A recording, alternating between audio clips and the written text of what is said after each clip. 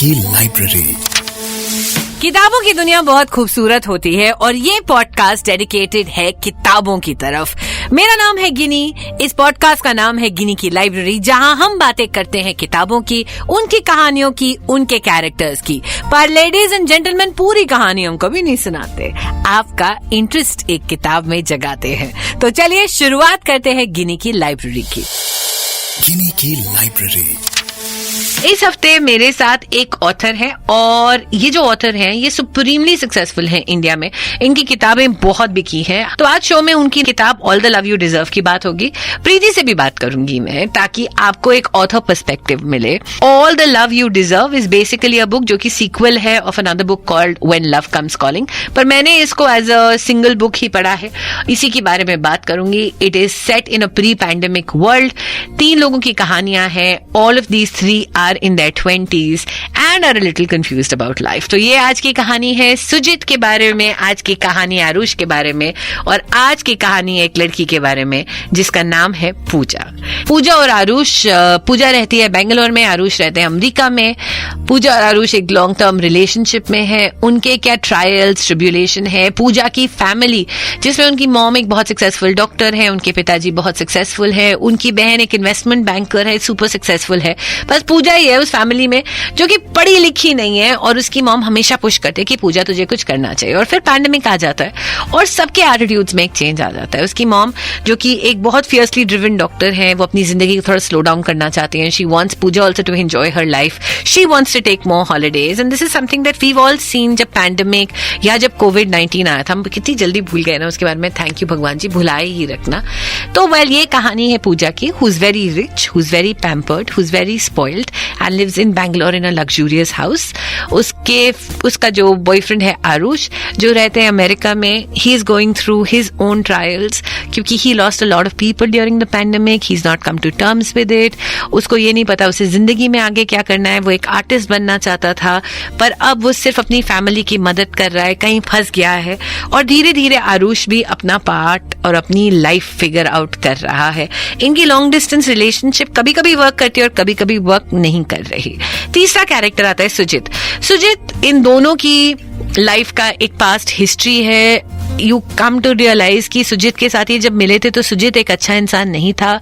वो ड्रग्स करता था, ड्रग्स बेचता था, और उसकी वजह से कहीं ना कहीं पूजा और आरुष कभी जेल भी गए थे। आपको एक छोटी सी हिंट मिलती है किताब से। और फिर आता है सुजित, और सुजित अब अपनी लाइफ फिर से रीस्टार्ट कर रहा है पैंडेमिक के बाद, और एक्चुअली अपनी माँ, अपने भाई और अपनी बहन की लाइफ सुधारने के लिए एक छोटा सा बिजनेस करता है। सुजित और पूजा की भी फिर से फ्रेंडशिप हो जाती है। तो अब लिटरल एक ट्रायंगल बन जाती है सुजित, पूजा और आरुष की।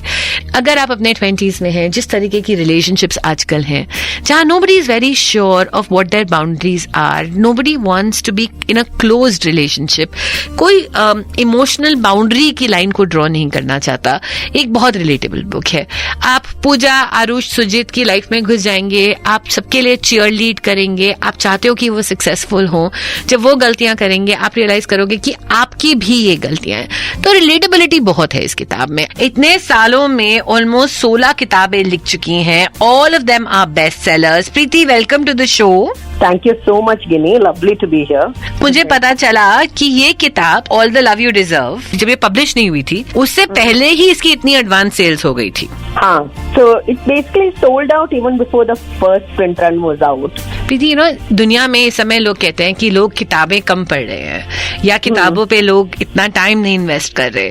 To know that people actually waited for a book for 3 years ताकि उसको आने से पहले ही उतनी किताबें या उतने नंबर्स बिक गए, I think would make any author or anybody in this industry also feel very happy. That is true. That is true. मैंने आपकी एक किताब पढ़ी, All the Love You Deserve. It's about 3 people who are very young. Early 20s. Early 20s. तो आपकी as एक certain bracket में है.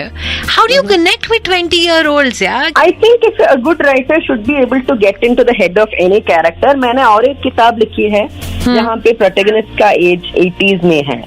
तो ऐसा नहीं कि हम वो एज के हो और सिर्फ वही एज से रिलेट कर सकते हैं, because then you are not a good writer.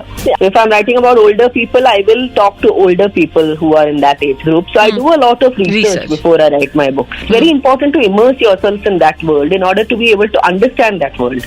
आपने किताब लिखी है which talks about husbands and wives, which of course got you also a lot of response that भाई ये बहुत ही relatable था. You want to tell us about that? That book is called The Secret Wish List. That was my third book, and a lot of people said that I felt that I had crawled into their heads and written their stories. And a young boy said that he read that book and then he went and asked his mother what her wishes are. It's about making a wish list, and towards the end of the book you come to know whether those wishes have come true or not. So he said he went and asked his mother what her wishes are for the first time. That women also have wishes, and he made them all come true. That book does explore that concept. Is there a wish list ki wish that Preeti has that she hasn't crossed off as yet?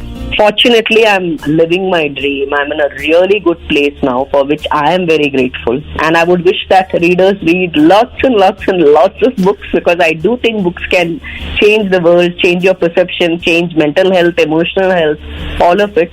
So I really hope people read more. ये मेरा भी सपना है, ये मेरी भी wish है, क्योंकि किताबों ने मेरी जिंदगी बहुत हद तक बदली है. And I just hope more and more people read.